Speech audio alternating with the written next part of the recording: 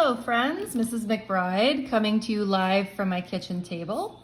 What I wanted to do today was talk about one of the homework questions. So basically while you're at home today, your only assignment is to work on your homework.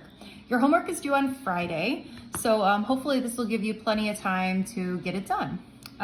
Problem number 90 and number 91 are very similar and both a bit unique. So what I'd like to do is sort of work through number 90 together. Okay, now number 90 says the following. We've got a basketball player who's shooting a free throw. So this is sort of like what we've been talking about here with this one is at an angle and sort of onto a cliff. At what initial speed must the basketball player in figure 4-50 throw the ball at an angle of 55 degrees above the horizontal to make the foul shot?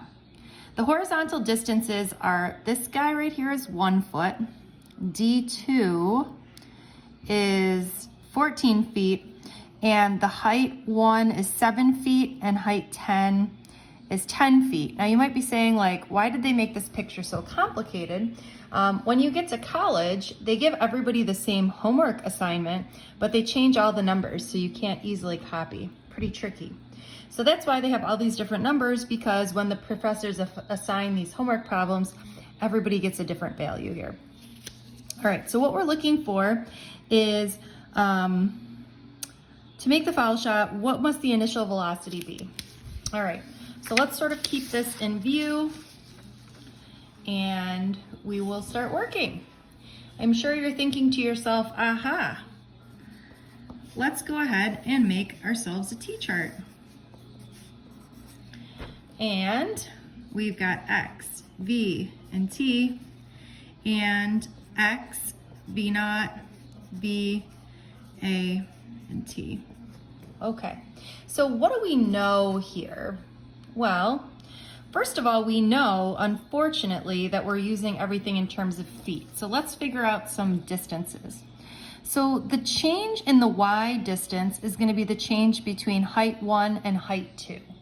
So height 2 is 10, height 1 is 7, which, doing that incredibly complicated math, gives us that this distance here is 3 feet. Now, you notice I'm using everything in terms of feet. So for the acceleration, normally we would have used -10, but this, remember, is in meters per second squared. So we have to use the one that's in terms of feet per second squared. And that value is -32 feet per second squared. You might see this in calculus. Every now and then they throw this in instead of the meters. Okay, so our acceleration is -32. All right, we also know this horizontal distance. So it tells us here that D2 is 14 feet and D1 is 1 foot. So this distance here is really 13 feet. Okay, and the initial velocity, remember we did this in class when we were all there virtually? I guess I was in class, you were all at home.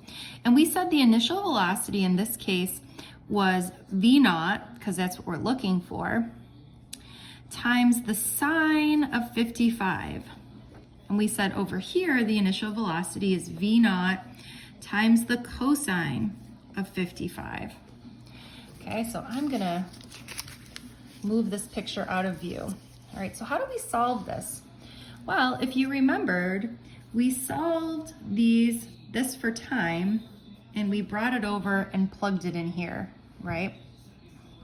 So if we have the equation velocity equals distance over time, and I do a little cross multiplying here, I get TV is equal to X, or that the time is equal to distance over velocity.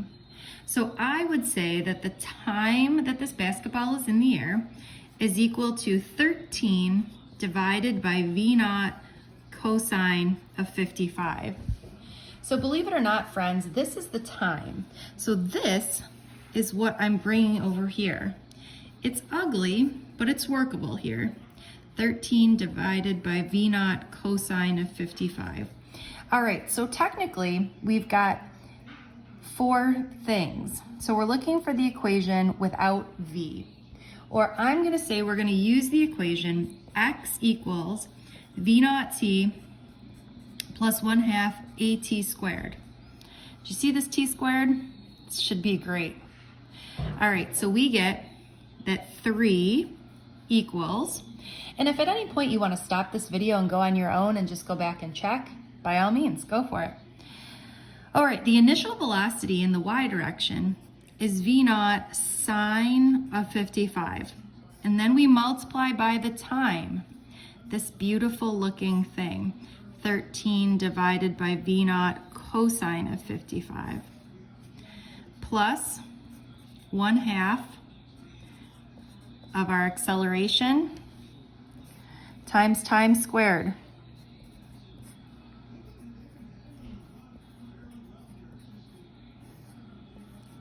All right, physics is done. Let's put your math hat on. Well, first of all, here's what I would do. Let's clean this up. 3 is 3. V naught and V naught cancel. So this just becomes a number, right? This is just sine of 55 times 13 times the cosine of 55. So what is that number? Let's figure it out. Sine of 55 times 13 divided by the cosine of 55.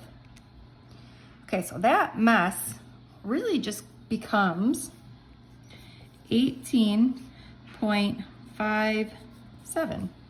Well, that looked nice.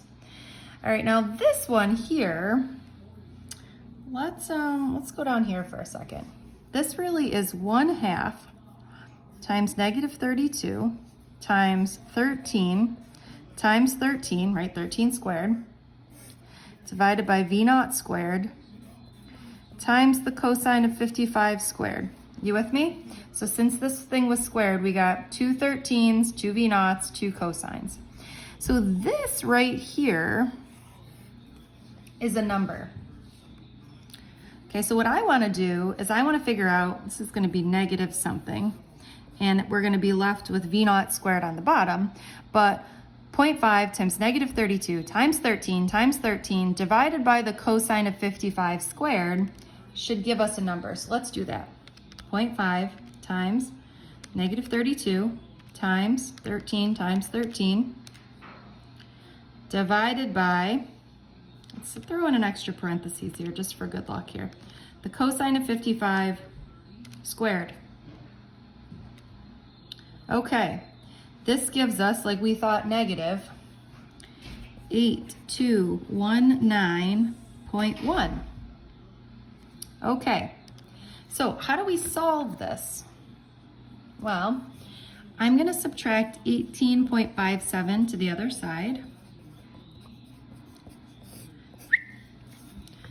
So 3 minus 18.57 gives me negative 15.57 equals negative 8219.1 over v naught squared.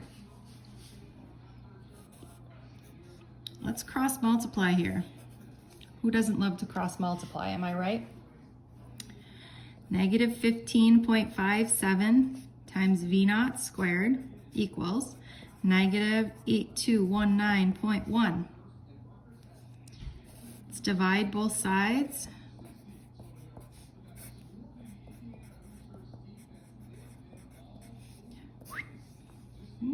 Coming over here. So I'm getting v naught squared equals negative 8219.1 divided by negative 15.57. Okay, this is going to equal 527.88. If we take the square root of this, we should be in business. All right, so I get 22 point, let's round, 98. I almost said meters per second, but remember, we did everything in terms of feet here. All right, so I get 22.98 feet per second. Okay, I hope you enjoy doing the rest of your homework. Use this number 90 as an example for number 91. And if you have any questions, I will see you in class either on Tuesday or Friday. Bye, friends.